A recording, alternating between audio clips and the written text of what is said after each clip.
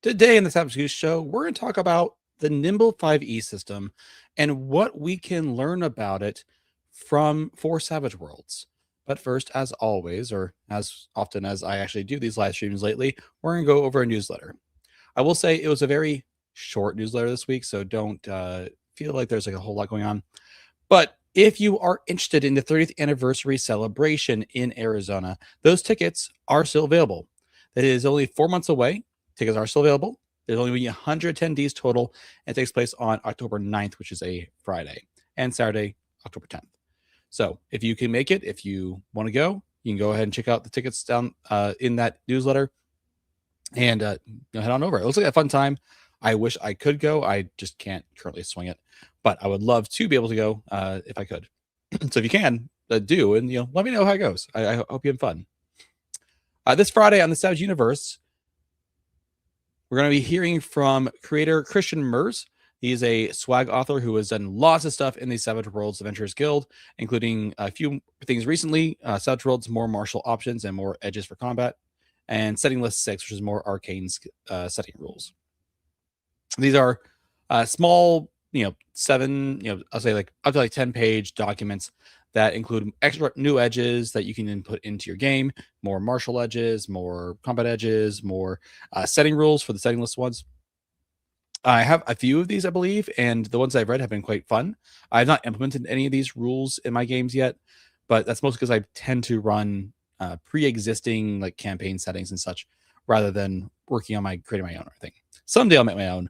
Problem is I have too much of a backlog of all the systems settings I actually want to play already that I don't really have time for building my own stuff. Community opportunity. Help Aaron Acevedo on GoFundMe and Drive Through RPG. Aaron is the art director for Pinnacle, and he could just also use our help.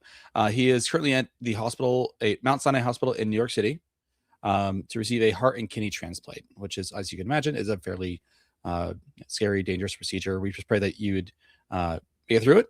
And if you can help fund everything, you can help fund that cost, you can go to this GoFundMe and make any sort of donations to help pay for those bills. Additionally, there is a Drive Through RPG bundle. It's been going on for a while because it was going on before I stopped making stuff for this channel for a bit. Before my break, I'll call it that. Before I took a break. So you should definitely go over and check out that bundle. It's a really good bundle. I highly recommend people check it out. And then that's all there is this week. Not a whole lot going on. Final files for Doomguard being delivered. Deadlands Dark Ages Pledge Manager is open. Carrying Crown Pledge Manager is open. Deadlands 5th Anniversary Pledge Manager is open. I did get get my PDF copy of the core rules for Deadlands, so it has the combined rules. I am super interested, and I need to start going through and reading it. It's a larger document, so it's about 300 pages.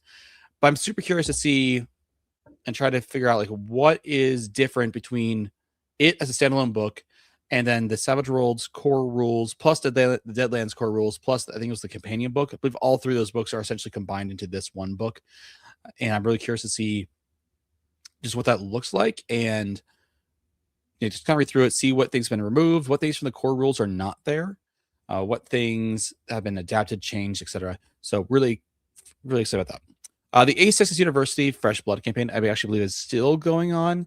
So if you're interested in that, take a look at that. I am interested, but I am dedicating myself to not buying any more things for a bit. So I will have to miss out on the Kickstarter stuff and hopefully get it some other day when I have time. We are currently really close to the end of our Rise of the Rune Lords campaign, which has been on for a couple of years now.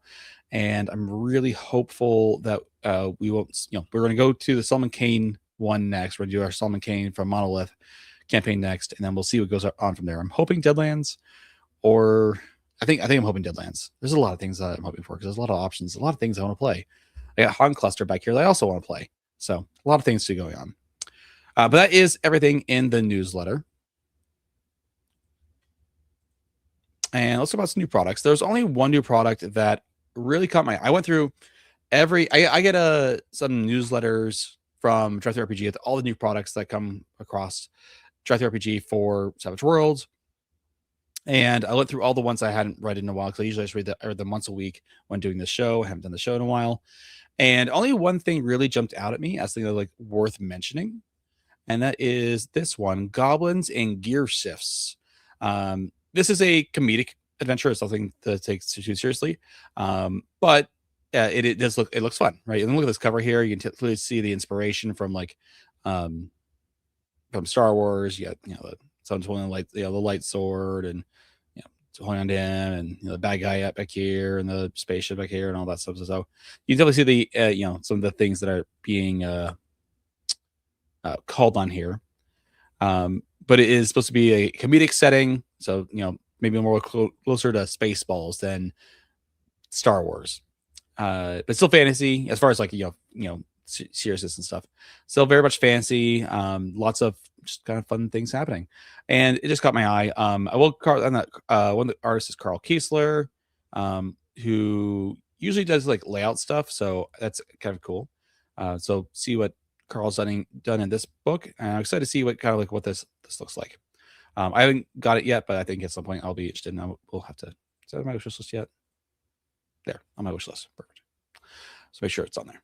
So take a look at that, and I haven't put a link to this down below yet, but I'll try to do that after the show if I remember. If I don't, I'm sorry. You can find it on Drive Through RPG. All right, and that's all we really have before we just dive into the main topic. So today I want to talk about Nimble 5e and some of the things that maybe we can learn from it for Savage Worlds. I'm not sure we can, to be clear. I don't know if there's things that we can easily do to take from 5e or from Nimble 5e and put it into Savage Worlds, but I do think it's really fun and important to study other game systems, to understand how they're designed, so that we can learn more about the game and more of our own games to understand like what do each of these games accomplish.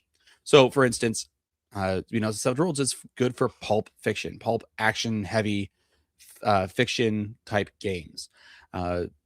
D&D is for fantasy games and more heroic fantasy. Not quite as heroic fantasy as, say, like 4th edition or Draw Steel, where it's like maybe more like super heroic fantasy than just heroic fantasy. So there's different games that lend themselves differently. And I like trying out new games, new systems when I can, or if they appeal to me enough. For instance, the Draw Steel, based on what I've heard about it, just does not appeal to me, because it seems like it's a very it's a lot about combat, and I'm not super interested in games that are like really focused in on combat. I've been playing 5e with some friends, and we do combat. I have some people who, and there's just like, I'd rather, just not a huge fan of combat in general. I like combat, I should say, but it's not as heavy as a preference as I would like. I think it takes up too much time, really, is what it is.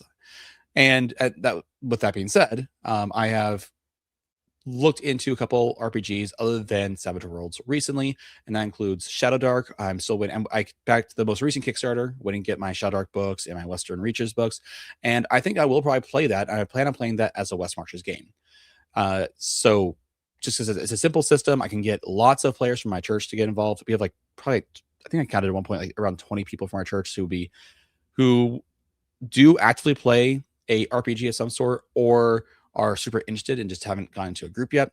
So I feel like getting that group together of 20 people to do a West Marches game, and I have one other person who is super into like OSR type games who would be willing to run it with me. So that might work out for that. But the system, I did play it. I also played it with Deficient Master and had a good time. And so I really like the kind of simpler mechanics of still using a D20 based system, but I enjoyed Shadowdark for what it is. But I would only use it really for certain kinds of games. When I first heard about Nimble, I was actually not super interested. Like, I watched videos from Bob World Builder and Deficient Master, and I think a few other people as well, and I just kind of bounced off at the time. I don't know why. It just didn't click for me at first. But then at some point, I watched a video right before the second Kickstarter happened for Nimble, and I was like, oh, wait, now I get it. This seems really fun. Yeah. Cairn is a game that I do have a copy of it. I have a copy of a few. I have a copy of the player's book and the first edition. I'm not sure it's my favorite. I think I like Shadowdark more, but Cairn is there. Let's see here. Sorry, but yes, I bounced off Nimble until saw a video that just made it click for me.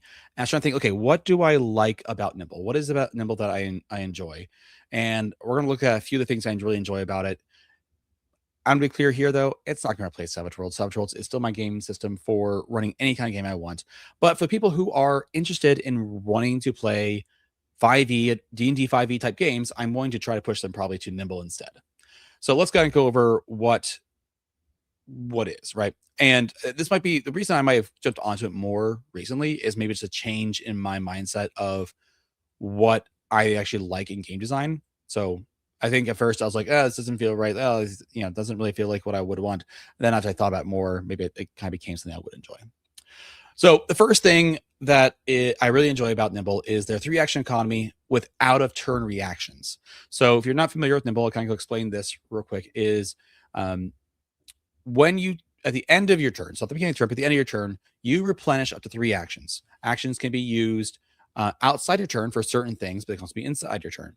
So moving is technically an action, attacking is an action. Those things you can do inside your turn. But things you can do outside your turn, which would be to use your actions, could be to interpose yourself between you, put yourself in between a ally and a enemy and take the hit for someone. Because the game, and you'll talk about this later, that they skip the to hit roll. You can use your action to reduce the damage by an incoming attack by your armor value. There's something else you can do as well. There's several other things you can do on your reaction. And what I like about that is it means that players are going to be more involved in the game outside of their turn as well as during their turn. One of the things that even in Savage Worlds I see is people get, it's not my turn, cool, I don't really care. Well, if you have things that you can always do, you're always looking for things that you might want to be able to do because you have those actions available to you. Well, you can still do them, and but it still utilizes your actions for that round. So the reason why you get them at the end of your turn is that after you kind of use all your actions, you can go then to the end of your turn, then you get all your actions back. So when you use your reactions, you're kind of stealing actions from your turn itself. So that just sounds like really fun. I really like that idea. Can we use that in Savage Worlds? And my thought is maybe. I think it would take a lot of work to kind of incorporate. And I don't know if we really want to, right? I think Savage Worlds does do a decent enough job at making players interested in the whole combat and the whole round.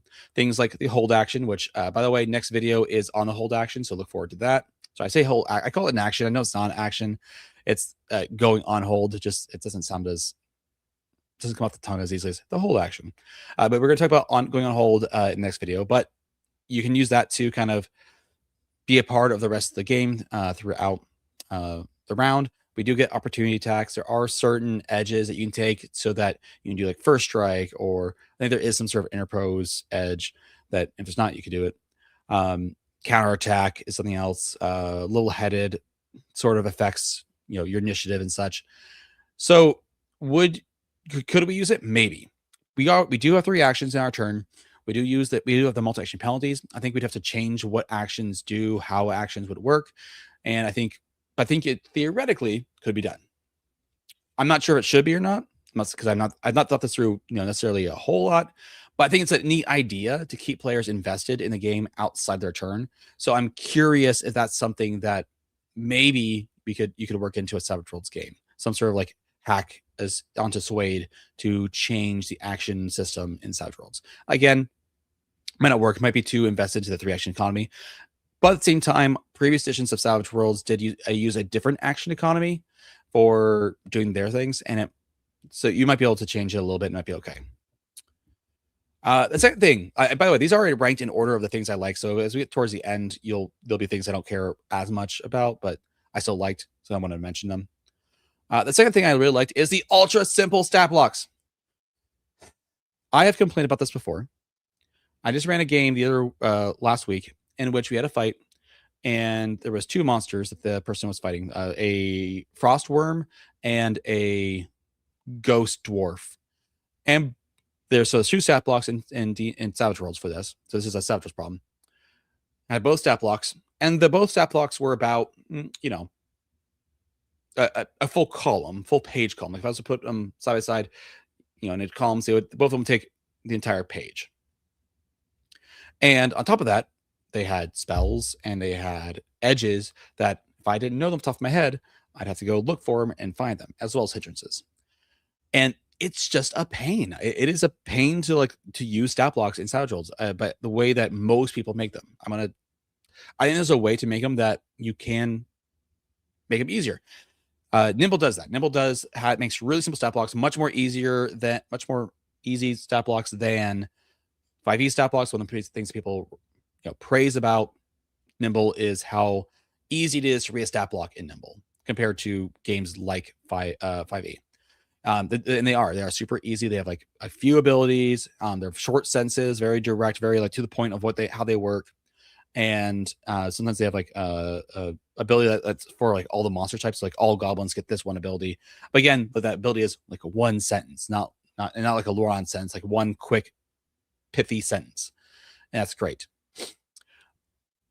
Savage Worlds, we know, can do that because we have, when we pull it up real quick, this book here, the Simply Savage Bestiary. This is my favorite bestiary in all of Savage Worlds. This bestiary is great. Why? Because these stat blocks are simple. Like, just going to pull out like a brand page here. This here is the stat block. Yeah, it's nice and big because it's nice big letters and stuff, not because it's long or hard to read.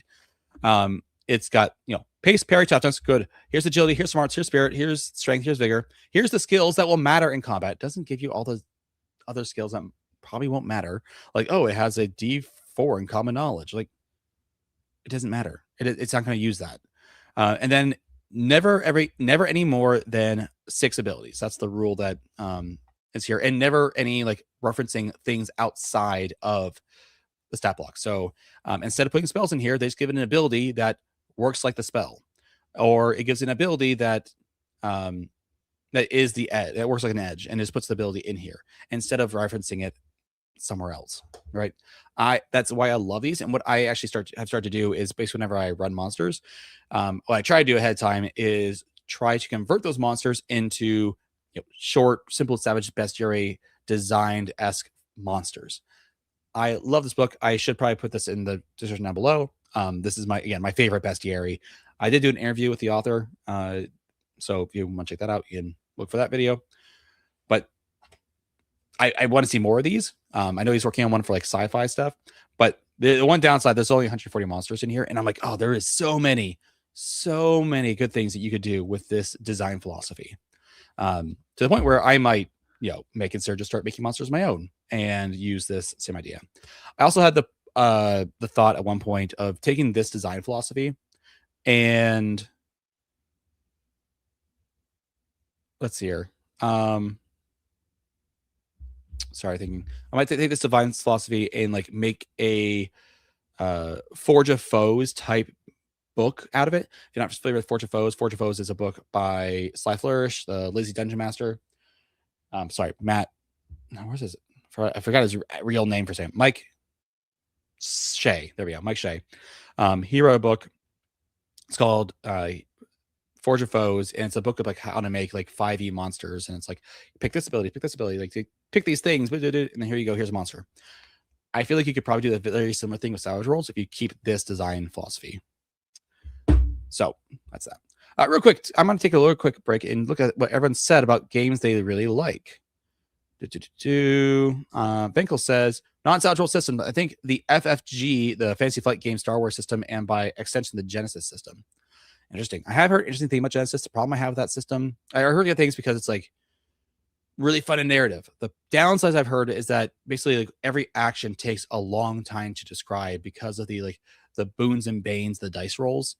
And so like jumping over a cavern can take a really long time because you roll, and then the GM has to figure out what the consequence, because you succeeded, but there's a consequence. You got to figure out what that consequence is, and it basically makes everything take a little bit longer. Sean is the other guy that might play some Shadowdark with me and run some dungeon DMing. He is a fan of like more OSR type games. He's a big fan of Cairn. Mike Shea likes Cairn a lot. Cairn is a really cool system in that it's very simple, and it's also like I think you can get like most everything for free. You can't get the books for free, like the physical books, but I think you can get all the rules for free technically. And I think it's like a really, really open gaming license as well. So Demon Skunk says, right now, my favorite non-satchel system is probably Fabula Ultima, the JRPG SKTRPG. You know, the guys over at What is Tabletop also really like Fabula Ultima, or at least Charles does. I don't know if Frank does, but really cool to see. Let's see here. Vankel says he also likes D&D 4th, which means you probably like Joss Steele. So, you know. John Doom says, I like Shadowdark and Call of Cthulhu. And what's that what's that D20 roll under? Dragonbane? Yeah, Dragonbane is I believe is it a roll under? Yeah, I think it is a roll under game. People have been talking about Dragonbane a lot. I mean, Mike Shea's been talking about Dragonbane a lot. I think it sounds like an interesting system. I also like because it also uses cards for initiative. So you deal out cards for initiative, which is like that's super interesting that they're doing what we do. It's a game that I would like to put on my shelf just to read through and like learn, kind of like we're doing with Nimble. It's not a game. I don't think my hesitation is I don't know if I actually want to run it. I feel like it's a game I want to maybe like play a few times, but it's not a game I really want to invest like heavily into, unlike Shadowdark, Nimble, and Savage Worlds. So we'll see.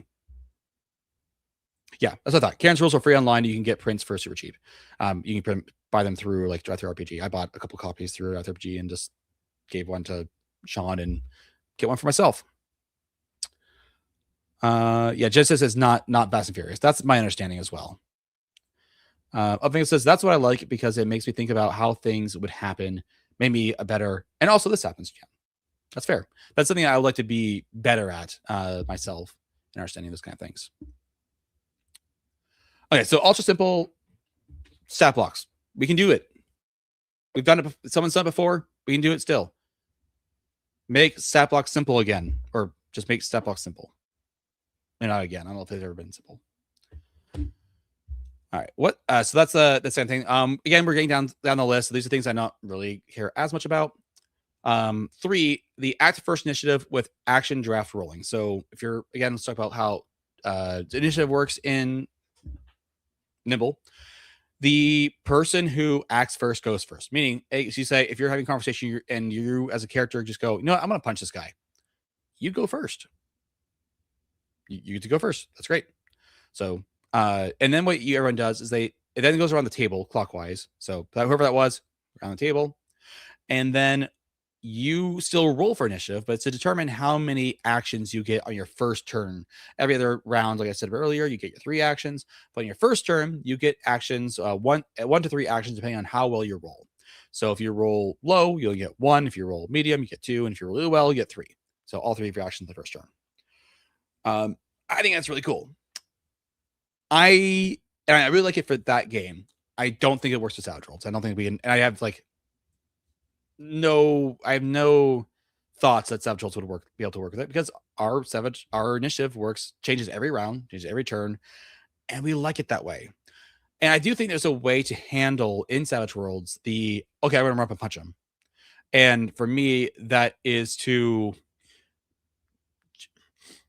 give the person who is either just to give the person who acts first, a card and just say, okay, you're just going to start this round on hold, but everyone gets dealt in because you're not being stealthy about it. It's not an ambush. Just start everybody on hold. And maybe even the person that they're attacking, like having sort of opposed athletics to see if they, notice in time or see how fast you can kind of react. If you win the athletics roll, that person that you're acting against, you get to start and hold. They don't. And then if otherwise, it is just whoever goes first. Let's see here. Yeah. So the next thing I mentioned, and this is the last thing, and I don't think this is compatible. I wish it was. I've been crunching the numbers and trying to think of a way you could do it in Savage Worlds, but it is the no roll to hit. So Steam Skunk says, we're going to be rolling for damage instead of assigning weapons a static base damage and add +1 for every point you succeed the target's parry or something, or apply base damage once per raise. The problem in Savage Worlds is that we have parry, and unlike other systems where we have AC, like looking at D&D, your armor adds to if you can get hit or not. In Savage Worlds, your armor does not add to your getting hit or not, it adds to your toughness. Your parry is your ability to dodge the attack or to wave off the attack or to prevent the attack or prevent being hit. And then once you do get hit, then you have that armor that you have to get past through. right? So we have 2 gates in Savage Worlds. So how would we do this, right? How would you accomplish this in Savage Worlds? And I've thought a lot about it. I'd love to hear if you guys have thoughts on it. One, I don't know if this kind of maybe breaks the game, because I think keep in mind the origin of Savage Worlds. Keep in mind that Savage Worlds does technically start from a war game, the Great Rare Wars for the Deadlands setting.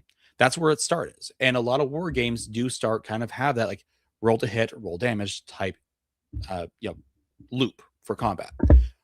This is, D&D. D&D has that same loop: roll a hit, roll damage, and a lot of games do. It's not just Savage Worlds. It's not just D&D. A lot of games do, but there is, and Shadowdark does as well. But there's a lot of games that are switching, playing with this idea of skipping the roll to hit and rolling damage. Again, I don't know if there's really a way to do it in Savage Worlds, because I think it might really just break the spirit of the game and how the game works. I don't know how you could do it. And maybe you could invoke some sort of that armor system that we talked about earlier for like spending an action to like reduce damage. But then like if you reduce damage too much, you don't get wounds. That system feels like it works really well with hit point based systems. I don't think it works in a Savage Worlds system where the roll for damage can inflict wounds on a person, not hit points. So I'm also the acing of Savage Worlds really makes it so that there could be like, the really bad attacks. And there's only one way to kind of avoid it, and that is the only way to avoid it is to not get damaged, like be able to absorb it essentially. So try to find a way to both use the ability to absorb damage and the way to parry damage, like basically combine parry and toughness. I don't see a way that we can really do that. Again, if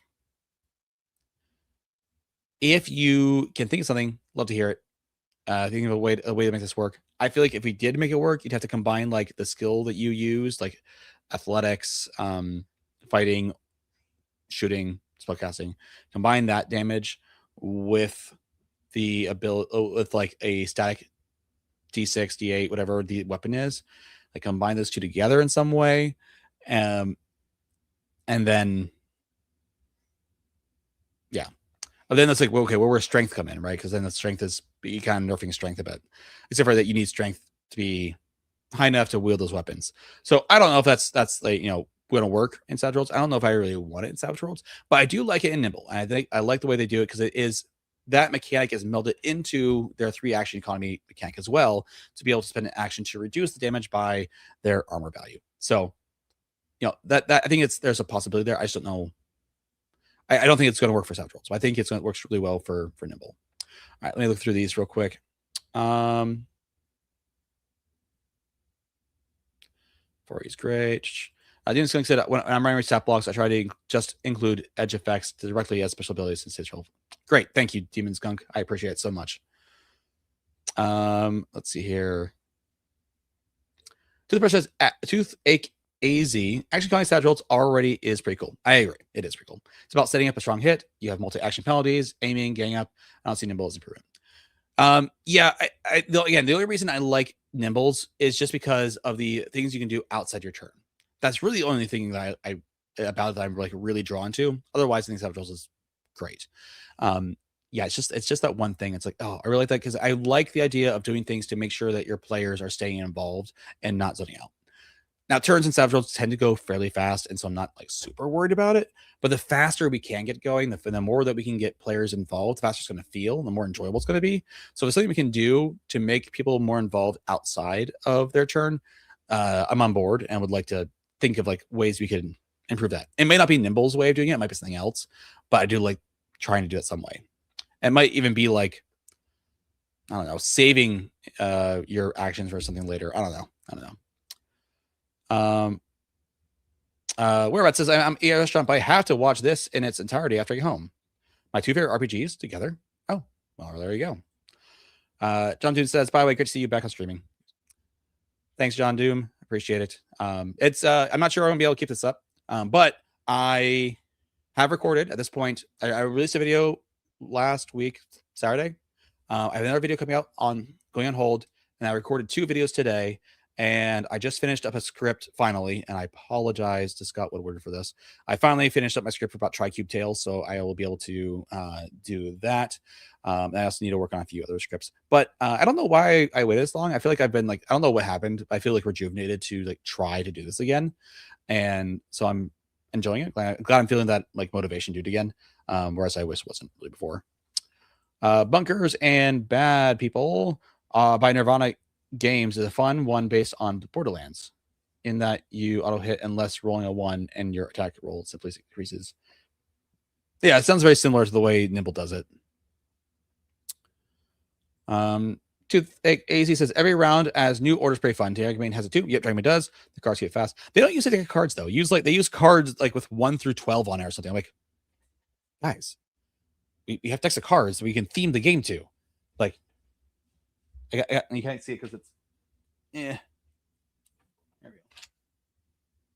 I got my little stand here. With all my different decks of cards. Oh, there we go. Gotta show it off.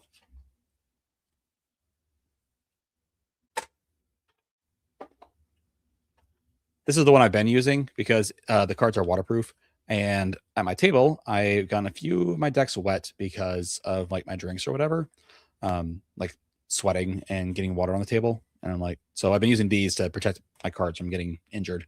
So keep that in mind when you're buying cards and using them at your table. Let's see here. Side damage is almost like early Savage Worlds. Oh man, okay. Early Savage Worlds. Shoot, where's my early Savage Worlds book? Don't I have one yet?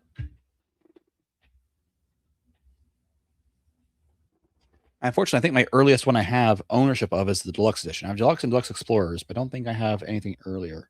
I've seen it earlier and regret buying it if I don't have it. I thought I did, but maybe I don't. Oh, it doesn't matter. Games that have become too simplistic, don't think they are very fun, really. So that's a good way it is. I'm not saying this is what you should do, or we should do making changes. I do think that we need to be honest on like looking at games and seeing, and including our own games that we love, and say, okay, where could this be better?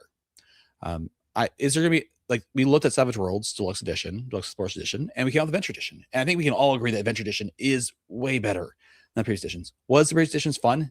Yes.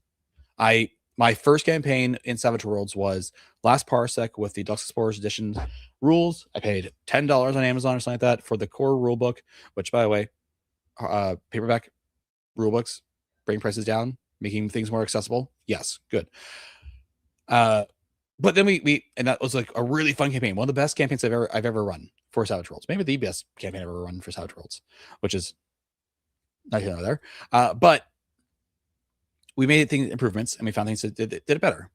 Is there things that we can make better in Savage Worlds? I think there's probably something, but the question is just what, and is it going to make the game better or worse?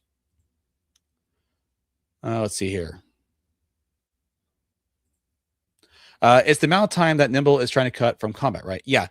Nimble's, yes. Because you look at like things like 5e, and 5e doesn't really have a lot of time wasting on other things. The main thing is trying to cut out is the combat. And what I've noticed recently, this is weird. I think it's weird at least, is I have seen multiple games recently use the tagline Fast Furious, or people describe the game as Fast Furious. So it's not Savage Worlds. I'm like, I can understand fast. Fast is fast. I understand fun. Fun is fun. Furious, that seems like an odd word choice. And I'm seeing more and more games either being called that or just a reference says that by them. And Nimble is one of them.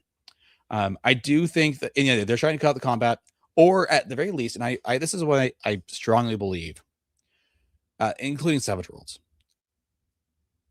The more fun someone's having in Savage Worlds, the more likely they're going to feel like the combat was fast, even if it actually wasn't.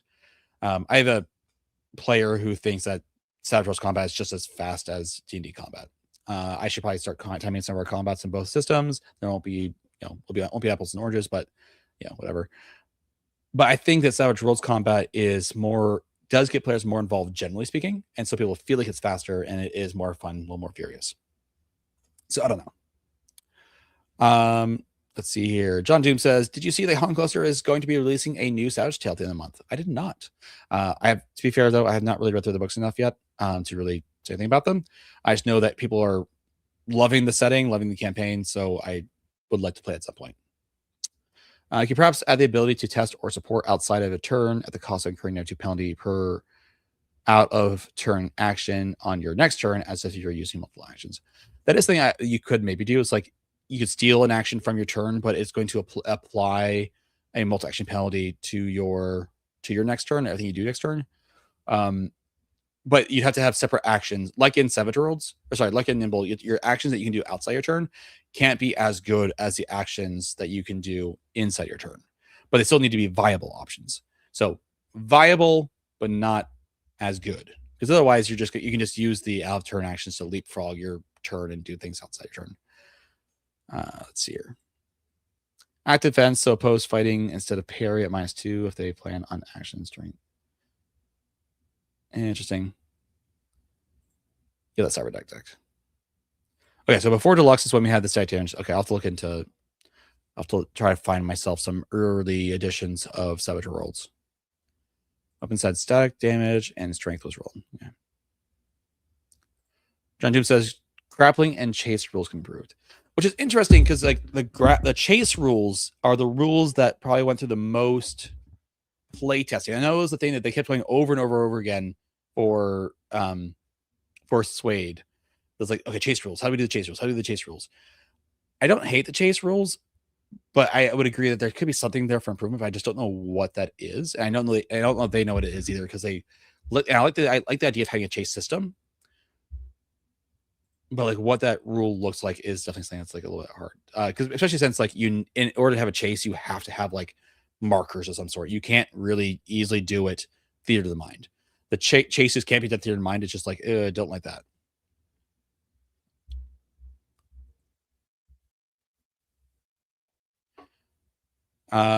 Demon Skunk. Yeah, you can honestly just reach out to me through like Facebook, Instagram, Reddit, like direct message. You can actually any of those places you can reach out to me.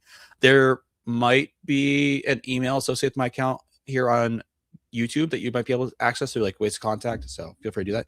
And yeah, feel free to reach out. Happy to definitely always happy to have more creators coming into the community, and happy to take a look at things and talk about them. Let's see here. I think it's easier to ask for a Benny to allow PC to take an action outside his turn. Ooh, see, there you go, Alfred Ox. 314. See, that's actually a good idea. I like that a lot.